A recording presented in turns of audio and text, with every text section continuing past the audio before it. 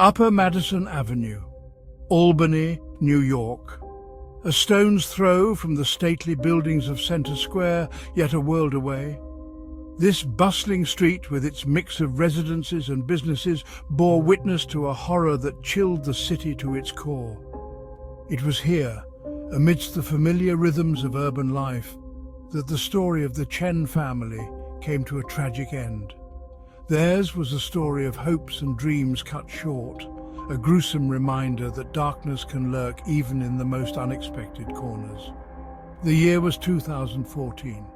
The crisp autumn air carried with it a sense of unease, a foreboding that settled over the neighborhood like a shroud. The source of this unease lay hidden within the walls of a nondescript apartment building at redacted address. Behind its unremarkable facade, a family's world had been shattered, leaving behind a trail of unanswered questions and a community grappling with shock and grief.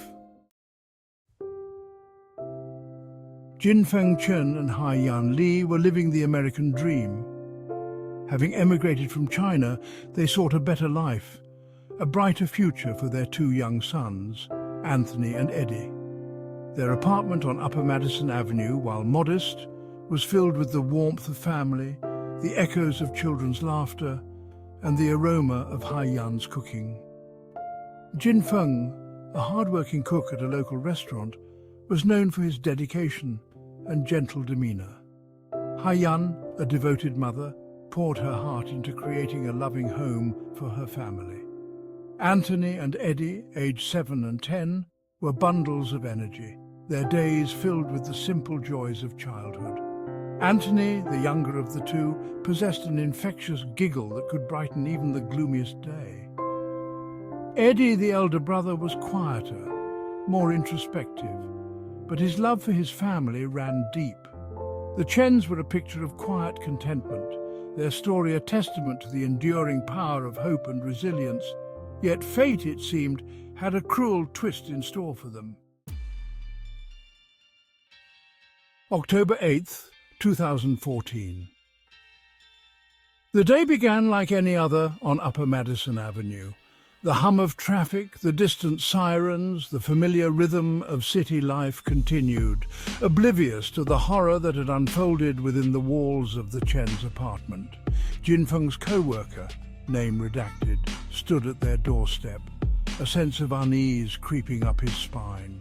He had been trying to reach the family for days, his calls going unanswered. His knock echoed through the silent apartment. The metallic scent of blood, faint but unmistakable, hit him as he slowly pushed open the unlocked door. What he saw inside would forever be seared into his memory, a scene so horrific, so deeply unsettling that it defied comprehension. The Chens, his friend and his family, lay lifeless, their bodies brutalized, the apartment bearing the chilling marks of unimaginable violence. Section 4. Whispers of brutality. The details, as they emerged, were gruesome, painting a picture of unimaginable savagery. The murder weapon, a heavy object believed to be a hammer or a similar blunt instrument, was never found. Each member of the Chen family had suffered multiple blows, their bodies bearing testament to the sheer brutality of the attack.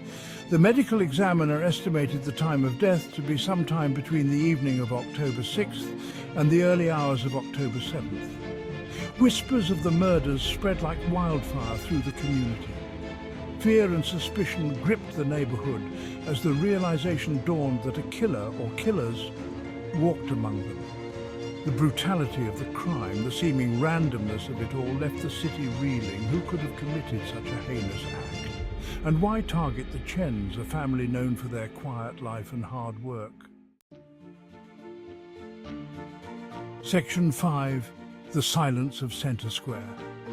The investigation began immediately, a race against time to piece together the events that led to the tragedy. Detectives descended upon Upper Madison Avenue, their presence a stark contrast to the usual rhythm of the neighborhood. Door-to-door inquiries were conducted, every resident a potential witness, every detail a possible clue. Yet the investigation was hampered from the outset. The language barrier proved to be a significant obstacle. Many residents in the predominantly Chinese neighborhood were hesitant to speak with the police, their distrust rooted in cultural differences and a fear of authority.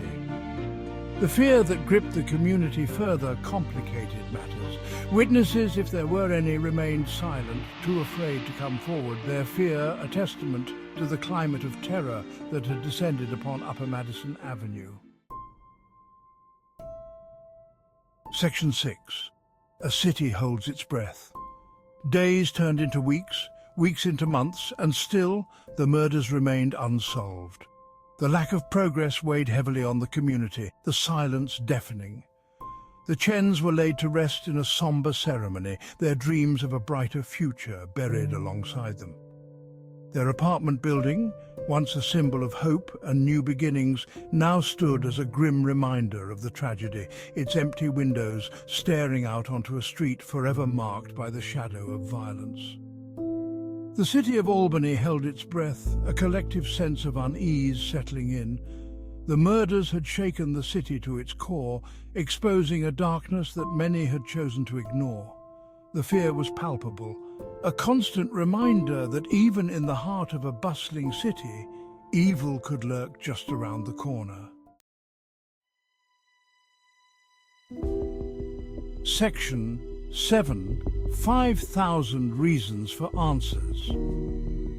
In a desperate plea for answers, the Albany Police Department, in conjunction with the FBI, announced a $5,000 reward for any information leading to the arrest and conviction of those responsible for the Chen family murders. The reward, while a small comfort to a community grappling with grief and fear, represented a glimmer of hope, a sign that the case had not been forgotten. The announcement sparked a flurry of activity. Tip lines were flooded with calls, some credible, others mere speculation fueled by fear and rumor. Every lead was meticulously followed, every piece of information scrutinized, yet the puzzle remained incomplete. The killers, it seemed, had vanished into thin air, leaving behind a trail of unanswered questions and a community yearning for justice.